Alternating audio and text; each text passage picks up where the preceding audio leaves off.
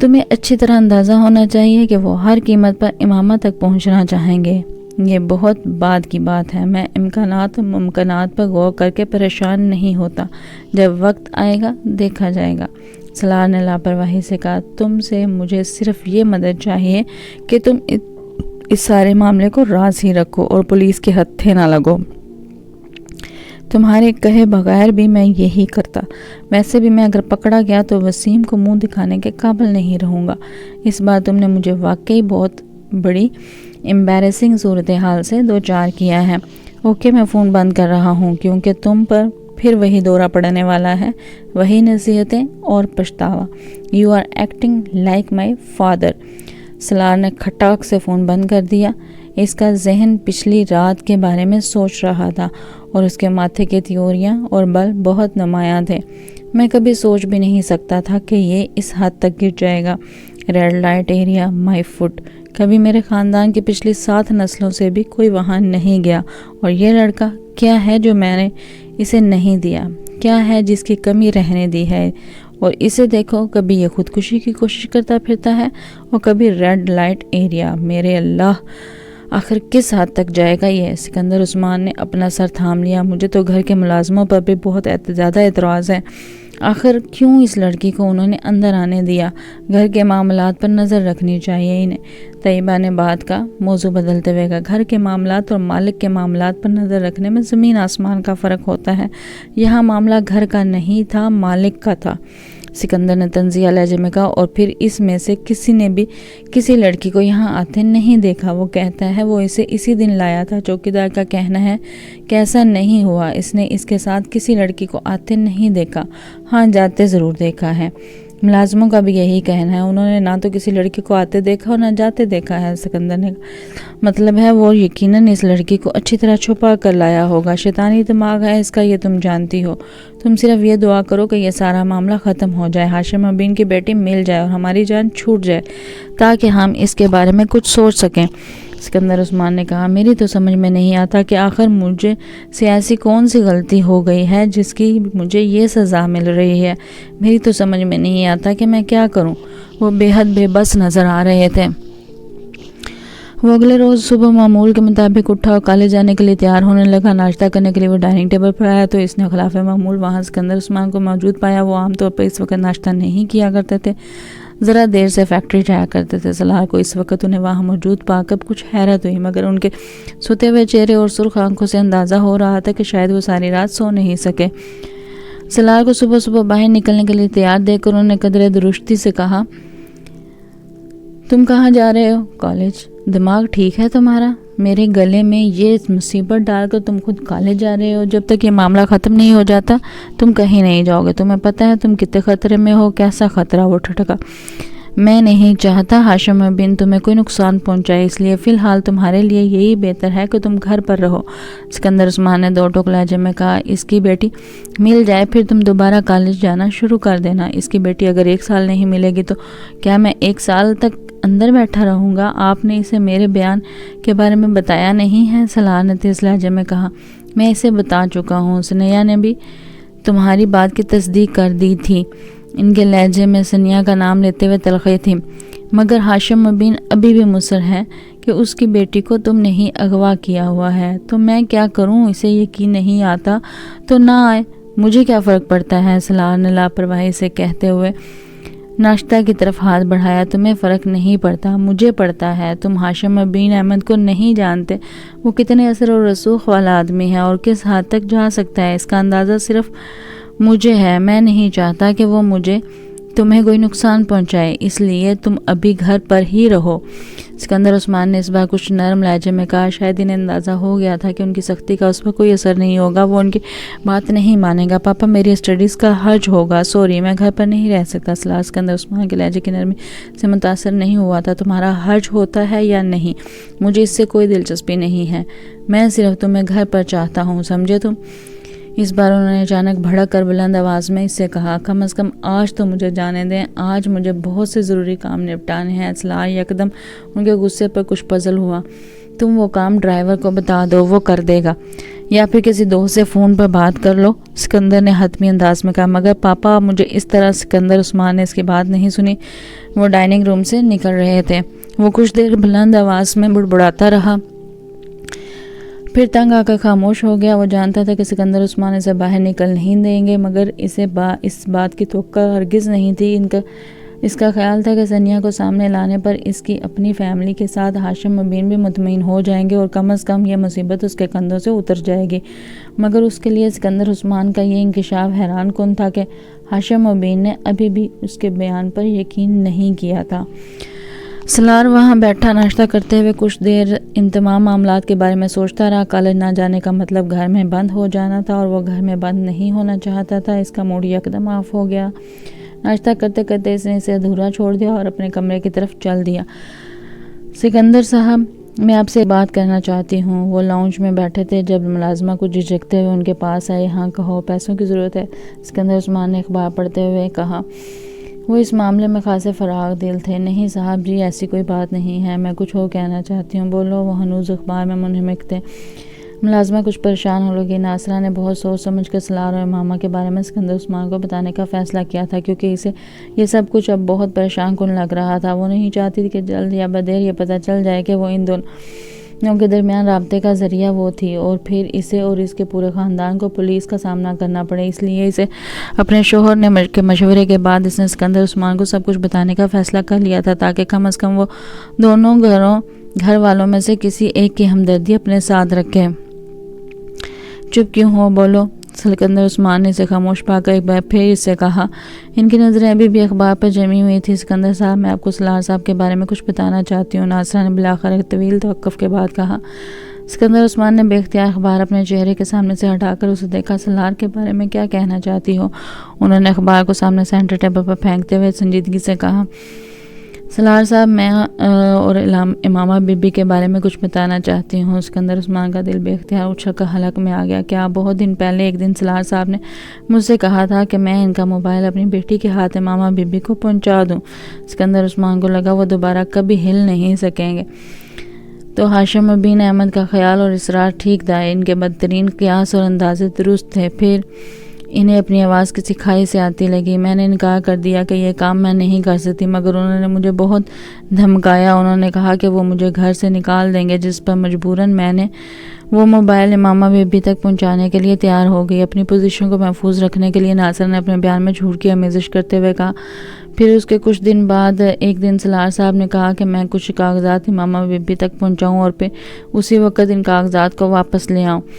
میں نے اپنی بیٹی کے ذریعے وہ کاغذات بھی امامہ بی بی کے پاس پہنچا کر واپس منگوا لیے اور سلار صاحب کو دے دیے۔ میں نے سلار صاحب سے ان کاغذات کے بارے میں پوچھا، مگر انہوں نے نہیں بتایا، مگر مجھے شک تھا کہ شاید وہ نکاح نامہ تھا، کیونکہ اس وقت سلار صاحب کے کمرے میں 5 لوگ موجود تھے، ان میں کوئی ایک مولوی صاحب بھی تھے۔ سکندر عثمان کو وہاں بیٹھے بیٹھے ٹھنڈے پسینے آنے لگے۔ اور یہ کب کی بات ہے؟ امامہ بی بی کے جانے سے چند دن پہلے۔ ناصرہ نے کہا۔ تم نے مجھے اس بارے میں کیوں نہیں بتایا؟ سکندر عثمان نے درست لہجے میں کہا۔ میں بہت خوفزدہ تھی صاحب جی، سلار صاحب نے مجھے دھمکیاں دی تھیں کہ اگر میں نے آپ کو یا کسی کو اس سارے معاملے کے بارے میں بتایا تو وہ مجھے یہاں سے باہر پھینکوا دیں گے۔ ناصرہ نے کہا۔ وہ کون لوگ تھے؟ انہیں پہچانتی ہو؟ سکندر عثمان نے بے حد اضطراب کے عالم میں کہا۔ بس ایک کو، حسن صاحب تھے۔ اس نے سلار کے ایک دوست کا نام لیا، باقی اور کسی کو میں نہیں پہچانتی۔ ناصرہ نے کہا۔ میں بہت پریشان تھی، آپ کو بتانا چاہتی تھی، مگر ڈرتی تھی کہ آپ میرے بارے میں کیا سوچیں گے، مگر اب مجھ سے برداشت نہیں ہوا۔ اور کون کون اس بارے میں جانتا ہے؟ سکندر عثمان نے کہا۔ کوئی بھی نہیں، بس میں، میری بیٹی اور میرا شوہر۔ ناصرہ نے جلدی سے کہا۔ ملازموں میں سے کسی اور کو کچھ پتہ ہے؟ توبہ کریں جی، میں کیوں کسی کو کچھ بتاتی؟ میں نے کسی کو کچھ بھی نہیں بتایا۔ تم نے جو کچھ کیا اس کے بارے میں تو میں بعد میں بات کروں گا، مگر فی الحال تم ایک بات اچھی طرح ذہن نشین کر لو، تم کسی کو بھی اس سارے معاملے کے بارے میں نہیں بتاؤ گے۔ اپنا منہ ہمیشہ کے لیے بند کر لو، ورنہ اس بار میں نہ صرف تمہیں واقعی اس گھر سے نکال دوں گا، بلکہ میں ہاشم مبین اور پولیس سے کہہ دوں گا کہ یہ سب کچھ تم نے کروایا ہے۔ تم نے ہی ان دونوں کو گمراہ کیا تھا اور تم ہی ان دونوں کے پیغامات ایک دوسرے تک پہنچاتی رہیں۔ پھر پولیس تمہارے ساتھ اور تمہارے خاندان کے ساتھ کیا کرے گی تمہیں یاد رکھنا چاہیے، تمہاری ساری عمر جیل کے اندر ہی گزر جائے گی۔ وہ غصے کے عالم میں سے دھمکا رہے تھے۔ نہیں صاحب جی، میں کیوں کسی کو کچھ بتاؤں گی، آپ میری زبان کٹوا دیجیے گا اگر میرے منہ سے دوبارہ اس کے بارے میں کچھ سنیں۔ ناظرہ گھبرا گئی، مگر سکندر عثمان نے رکھائی کے ساتھ اس کی بات کاٹ دی۔ بس کافی ہے، اب تم جاؤ یہاں سے، میں تم سے بعد میں بات کروں گا، انہوں نے اسے جانے کا اشارہ کرتے ہوئے کہا۔ سکندر عثمان پریشانی کے عالم میں ادھر سے ادھر ٹہلنے لگے۔ اس وقت ان کے سر پر واقعی آسمان ٹوٹ پڑا تھا اور اس وقت انہیں پہلی بار سالار کے ہاتھوں بیوقوف بننے کا احساس ہو رہا تھا۔ وہ کس ڈٹائی، مہارت اور بےہودگی سے ان سے جھوٹ پر جھوٹ بولتا اور انہیں دھوکہ دیتا گیا تھا اور انہیں اس کا احساس تک نہیں ہو سکا تھا، اور اگر ملازمہ انہیں یہ سب کچھ نہ بتاتی تو وہ ابھی بھی ٹانگ پر ٹانگ رکھے مطمئن بیٹھے ہوتے، یہی سوچ کر کہ سالار ماما کے ساتھ انوالو نہیں ہے اور نہ ہی اس کی گمشدگی میں اس کا کوئی حصہ تھا۔ وہ چند دن گھر پر رہ کر ایک بار پھر کالج جانا شروع کر چکا تھا۔ وہ جانتے تھے کہ سالار کی نگرانی کروائی جا رہی تھی اور ہاشم مبین احمد کو سب کچھ پتہ چلنے کا مطلب کیا تھا وہ اچھی طرح جانتے تھے۔ ان کا کچھ دیر پہلے کا اطمینان یکدم ختم ہو گیا تھا۔ وہ اندازہ کر سکتے تھے کہ وہ کاغذات کیسے تھے، ان 5 آدمیوں کی موجودگی کا مطلب کیا تھا، سالار اور امامہ کے درمیان تعلق کی نوعیت کیا تھی۔ اس وقت ان کا دل چاہ رہا تھا کہ وہ اس کا گلا دبا دیں یا پھر اسے شوٹ کر دیں، مگر وہ جانتے تھے وہ یہ دونوں کام نہیں کر سکتے تھے۔ سالار سکندر ان کا وہ بیٹا تھا جس سے وہ اپنی اولاد میں سب سے زیادہ محبت کرتے تھے، اور اس طرح بیوقوف بننے کے بعد پہلی بار وہ سوچ رہے تھے کہ وہ اب سالار سکندر کی کسی بات پر یقین نہیں کریں گے۔ وہ اسے مکمل طور پر ہر معاملے کے بارے میں اندھیرے میں رکھیں گے، ویسے ہی جیسے وہ کر رہا تھا۔ اس کی امامہ سے جان پہچان کیسے ہوئی؟ سکندر عثمان نے اپنے گھر میں بے چینی سے ٹہلتے ہوئے طیبہ سے پوچھا۔ مجھے کیا پتا کہ اس کی جان پہچان امامہ سے کیسے ہوئی؟ کوئی بچہ تو ہے نہیں کہ میری انگلی پکڑ کر چلتا ہو، طیبہ نے قدرے خفگی سے کہا۔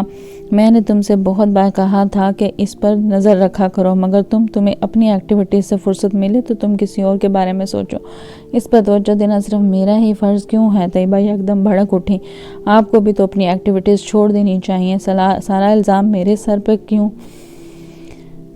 میں تم کو کوئی الزام نہیں دے رہا، اور اس بحث کو ختم کرو۔ امامہ کے ساتھ شادی، تم اندازہ کر سکتی ہو کہ ہاشم مبین کو جب اس کا تعلق کا پتہ چلے گا تو وہ کیا تماشا کھڑا کریں گے؟ مجھے یہ سوچ کر شاک لگ رہا ہے کہ اس نے ایسی حرکت کرنے کا سوچا کیسے۔ اسے بالکل بھی احساس نہیں ہوا کہ ہمارا اور ہماری سوسائٹی میں کتنی عزت ہے۔ کہ سکندر عثمان طیبہ کے قریب صوفے پر بیٹھتے ہوئے بولے، ایک پرابلم ختم ہوتی ہے تو دوسری شروع کر دیتا ہے۔ یہ سارا چکر اسی وقت شروع ہوا ہوگا جب پچھلے سال اس نے خودکشی کی کوشش کی، اس کے بعد جان بچائی تھی۔ ہم بیوقوف تھے کہ ہم نے اس معاملے پر نظر نہیں رکھی، ورنہ شاید یہ سب بہت پہلے سامنے آ جاتا۔ سکندر عثمان اپنی کنپٹی مسلتے ہوئے کہنے لگے، اور یقیناً یہ لڑکی بھی اس کے ساتھ اپنی مرضی سے انوالو ہوئی ہوگی، ورنہ اس طرح کوئی کسی کے ساتھ مرضی کے خلاف تو نکاح نہیں کر سکتا۔ اور ہاشم مبین احمد کو دیکھیں، وہ یوں شور مچا رہا ہے جیسے اس کی بیٹی کا اس میں کوئی قصور نہیں ہے۔ تو جو کیا ہے سالار نہیں کیا، انہوں نے تو FIR بھی اغوا کے درج کرائی ہے۔ طیبہ نئے سرے سے سلگنے لگی، جو بھی ہے قصور تمہارے بیٹے کا ہے، نہ وہ ایسے کاموں میں پڑتا نہ اس طرح پھنستا۔ اب تم صرف یہ سوچو کہ تمہیں اس صورتحال سے کس طرح بچنا ہے۔ ابھی ہم تمہیں اتنی بری طرح پھنسے ہیں۔ ہاشم مبین احمد کے پاس کوئی ثبوت نہیں ہے اور ثبوت کے بغیر وہ کچھ نہیں کر سکتے، اور جس دن ان کا تک کوئی ثبوت پہنچ گیا اس دن کیا ہوگا تم نے یہ سوچا ہے؟ سکندر عثمان نے کہا، آپ پھر امکانات کی بات کر رہے ہیں، ایسا ہوا تو نہیں ہے اور ہو سکتا ہے ہو بھی نہ۔ اس نے اگر ہمیں اتنا بڑا دھوکہ دے دیا ہے تو ہو سکتا ہے ایک اور دھوکہ یہ ہو کہ اس کا رابطہ اس لڑکی کے ساتھ نہیں ہے، ممکن ہے یہ ابھی بھی اس لڑکی کے ساتھ رابطے میں ہو۔ سکندر عثمان کو خیال آیا، ہاں ہو سکتا ہے، پھر کیا کیا جائے؟ میں اس سے بات کروں گا تو سمجھو پتھر کے ساتھ اپنا سر پھوڑوں گا، وہ پھر جھوٹ بول دے گا، جھوٹ بولنے میں تو ماہر ہو چکا ہے۔ انہوں نے تنفر میں اس لہجے میں کہا، بس چند ماہ میں اس کا BA مکمل ہو جائے گا، پھر میں اسے باہر بھجوا دوں گا۔ کم از کم ہر وقت ہاشم مبین احمد کی طرف سے جن اندیشوں کا میں شکار ہوتا رہتا ہوں وہ تو ختم ہوں گے۔ انہوں نے سگریٹ کا ایک کش لگایا۔ مگر آپ ایک چیز بھول رہے ہیں سکندر، طیبہ نے بڑی سنجیدگی سے چند لمحوں کی خاموشی کے بعد کہا۔ کیا؟ سلار کے ماما کے ساتھ خفیہ شادی کے بارے میں جو کچھ بھی کرنا ہے وہ آپ کو خود ہی کرنا ہے. آپ کیا کریں گے اس شادی کے بارے میں؟ طلاق کے علاوہ اس شادی کا اور کیا کیا جا سکتا ہے؟ سکندر عثمان نے قطعی لہجے میں کہا. وہ شادی ماننے پر تیار نہیں ہے تو طلاق دینے پر رضامند ہو جائے گا. جب میں اسے ثبوت پیش کروں گا تو اسے اپنی شادی کا اعتراف کرنا ہی پڑے گا، اور اگر شادی کا اعتراف کرنے کے بعد بھی اس نے ماما کو طلاق دینے سے انکار کر دیا تو کوئی نہ کوئی راستہ نکالنا پڑے گا، اور وہ میں نکال لوں گا، چاہے وہ اپنی مرضی سے اسے طلاق دے یا پھر مجھے زبردستی کرنا پڑے. میں یہ معاملہ ختم کر دوں گا. اس طرح کی شادی انسان کو ساری عمر خوار کرتی ہے. اس سے تو پیچھا چھڑانا ہی پڑے گا، ورنہ میں اسے اس بار مکمل طور پر جائیداد سے آگ کر دینے کا ارادہ رکھتا ہوں. سکندر عثمان نے دو ٹوک انداز میں کہا.